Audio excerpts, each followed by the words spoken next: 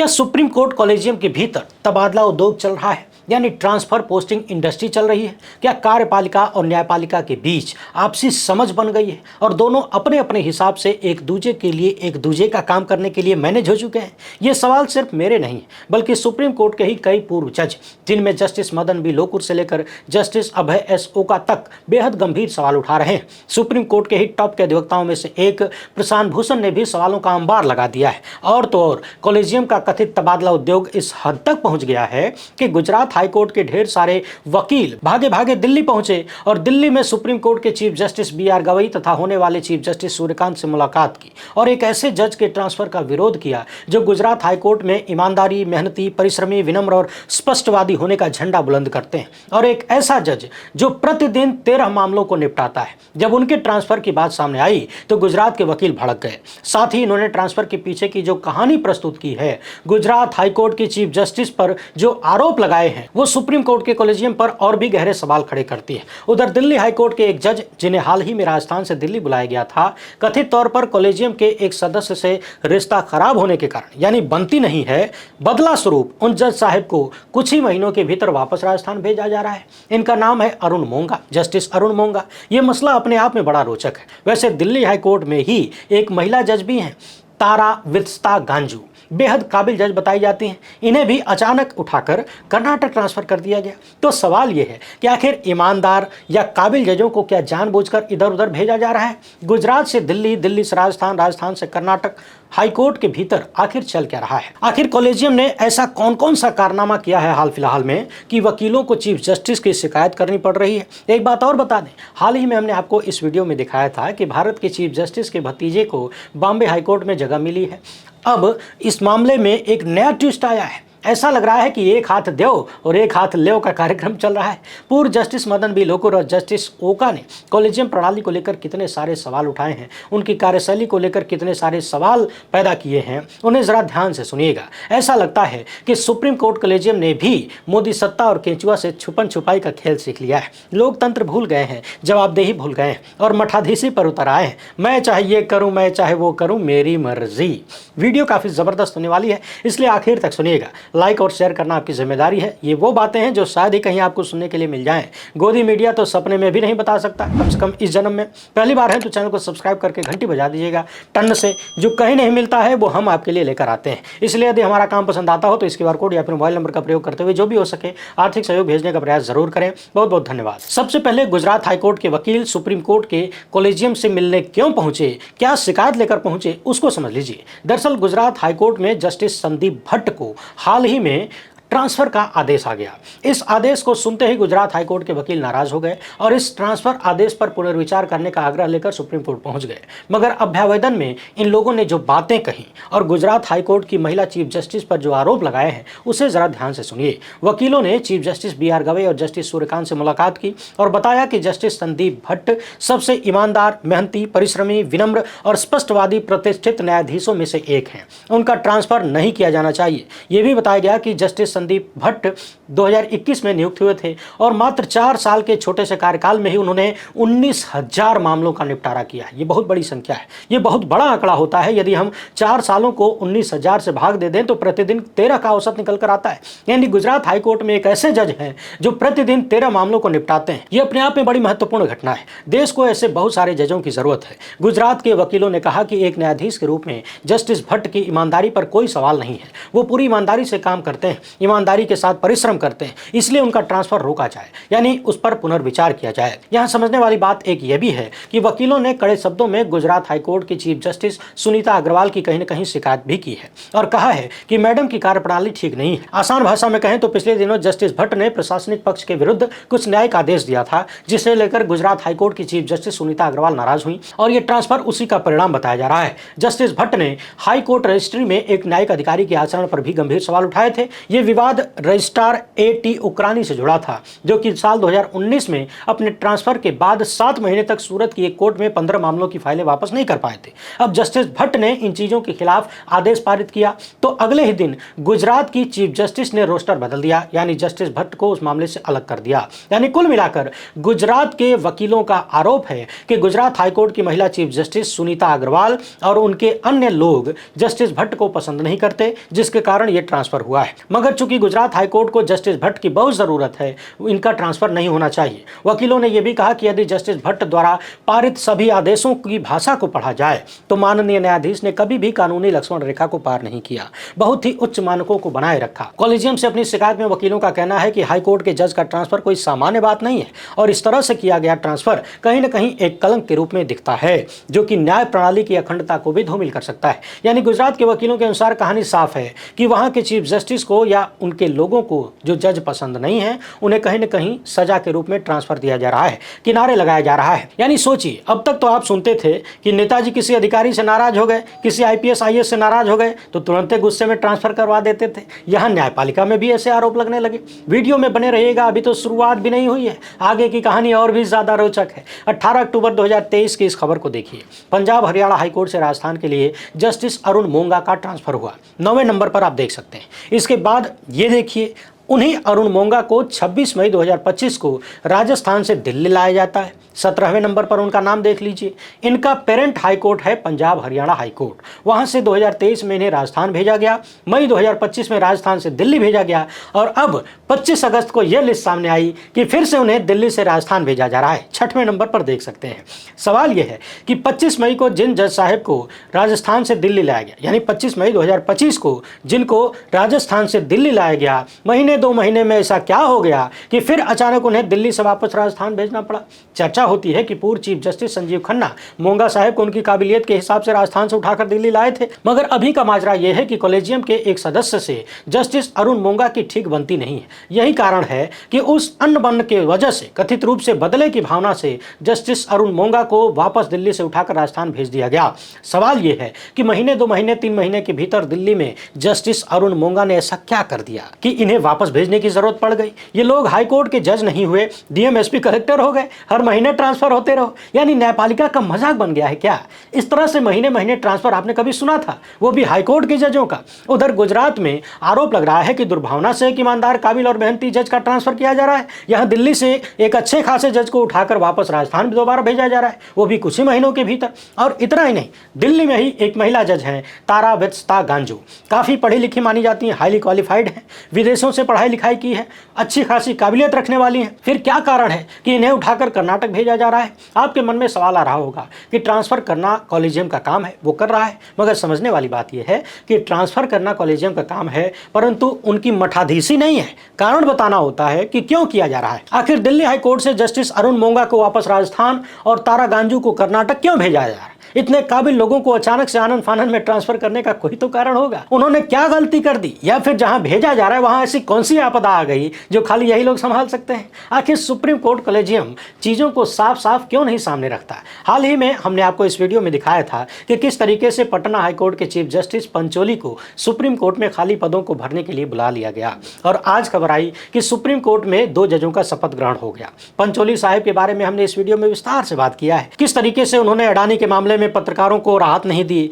किस तरीके से राहुल गांधी की सदस्यता रद्द करने उन्हें 2 साल की मैक्सिमम सजा दिलाने का रास्ता साफ किया और इसके बाद इनको अचानक से बहुत सारी चीजों को दरकिनार करते हुए पटना हाईकोर्ट का चीफ जस्टिस बनाया गया और इसके बाद अचानक से 56 लोगों को दरकिनार करते हुए इन्हें सुप्रीम कोर्ट पहुंचा दिया गया। इस मामले पर सुप्रीम कोर्ट की कॉलेजियम में ही एकमात्र महिला सदस्य जस्टिस नागरत्ना ने कितने गंभीर सवाल उठाए, उस सब पर भी हमने इस पर विस्तार से बात किया है। नहीं देखे हैं तो वीडियो जरूर देखिएगा।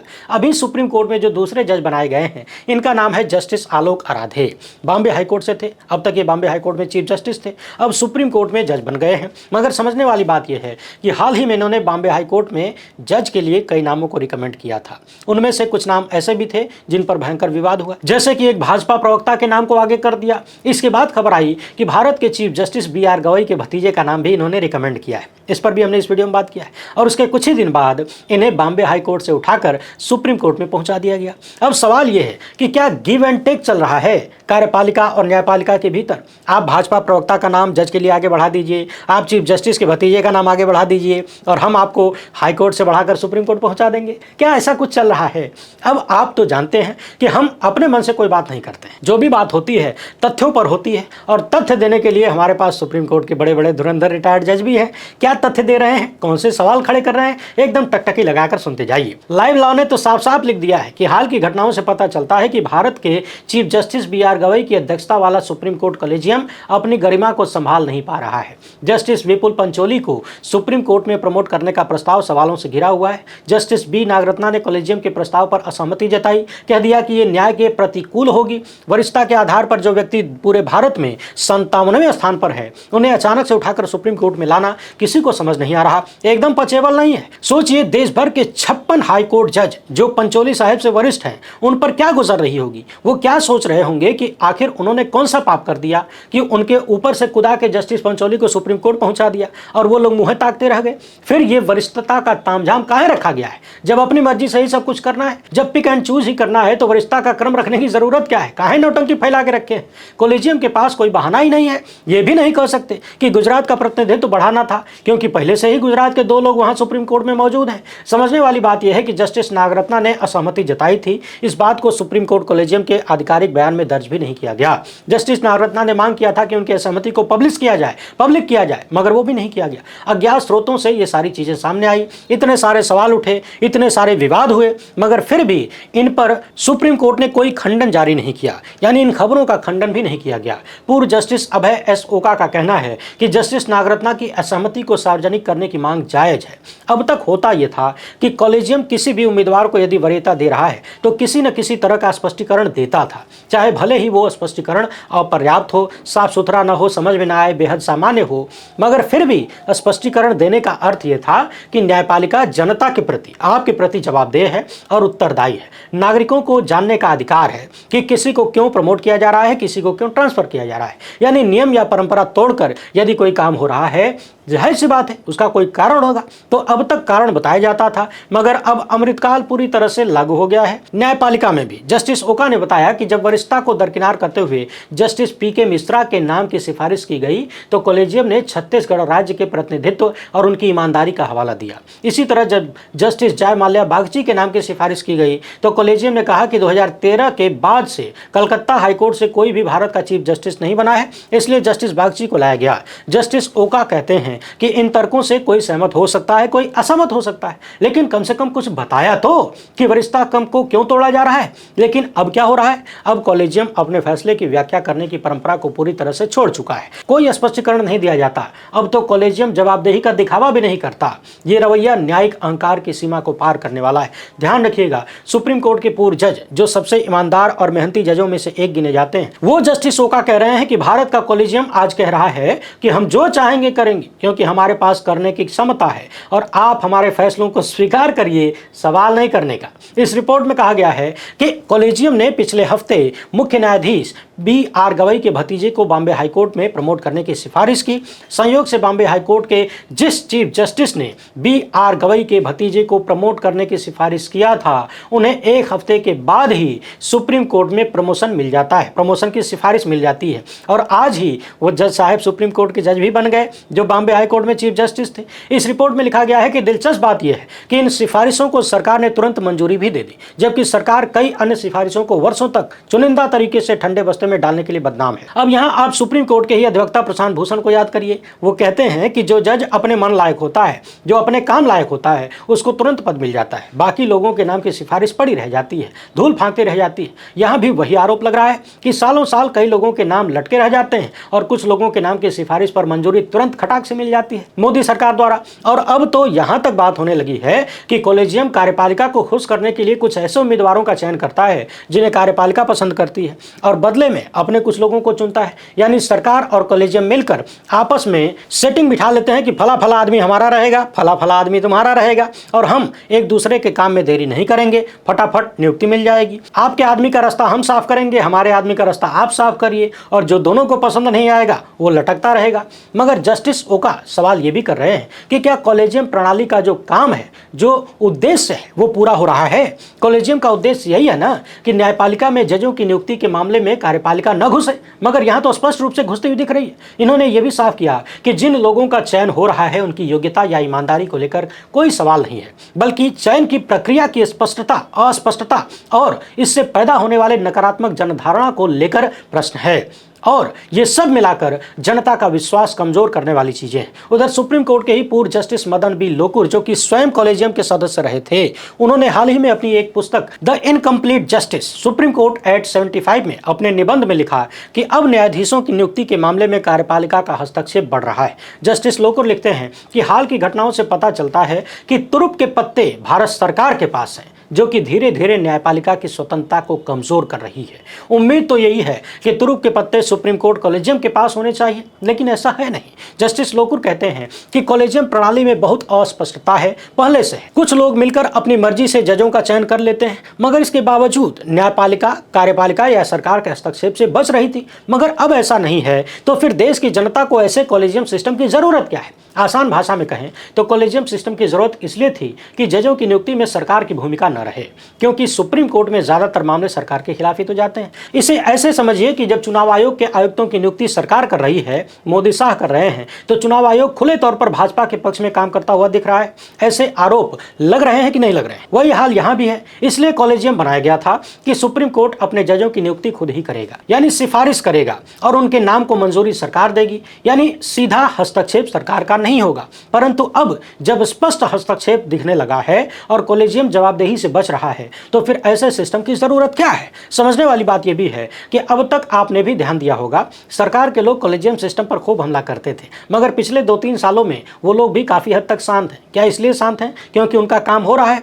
लाइव लॉ लिखता है कि जो संकेत मिल रहे हैं वो यही हैं कि दोनों पक्ष मौजूदा यथास्थिति से खुश हैं, यानी न्यायपालिका और कार्यपालिका के बीच बहुत मधुर संबंध हो गए हैं। एक हाथ देव एक हाथ लेव जैसी परिस्थिति बन गई है, जो कि लोकतंत्र और संविधान के लिए शुभ संकेत तो नहीं है। न्यायपालिका लंबे समय से कॉलेजियम का बचाव करती आई है, तर्क देती आई है कि न्यायपालिका की स्वतंत्रता को बनाए रखना जरूरी है। मगर जब इस तरह से राजनीतिक प्रभाव नजर आने लगेगा, तो ये वादा कहीं न कहीं कमजोर पड़ता हुआ दिख रहा है। एनजेएसी को खारिज करते हुए यही कहा गया था कि न्यायिक नियुक्तियों में कार्यपालिका का हस्तक्षेप नहीं होना चाहिए। मगर अब क्या हो रहा है? यदि कॉलेजियम अपने निर्णयों के पीछे के कारण को स्पष्ट रूप से सामने नहीं रख सकता, अपने ही सदस्यों के बीच असहमति को स्वीकार नहीं कर सकता और यह साबित नहीं कर सकता कि वो कार्यपालिका के प्रभाव से मुक्त है, तो फिर उसकी वैधता का दावा स्वतः ही समाप्त हो जाता है। पिछले दिनों campaign for judicial accountability and reforms की तरफ से बाकायदा लंबा चौड़ा वक्तव्य जारी किया गया। एडवोकेट प्रशांत भूषण ने इन्हें शेयर किया था। बेहद गंभीर सवाल उठाए कि जब 56 जजों को किनारे करके एक व्यक्ति को प्रमोट किया जाता है, तो इसके पीछे का कारण बताना जरूरी है।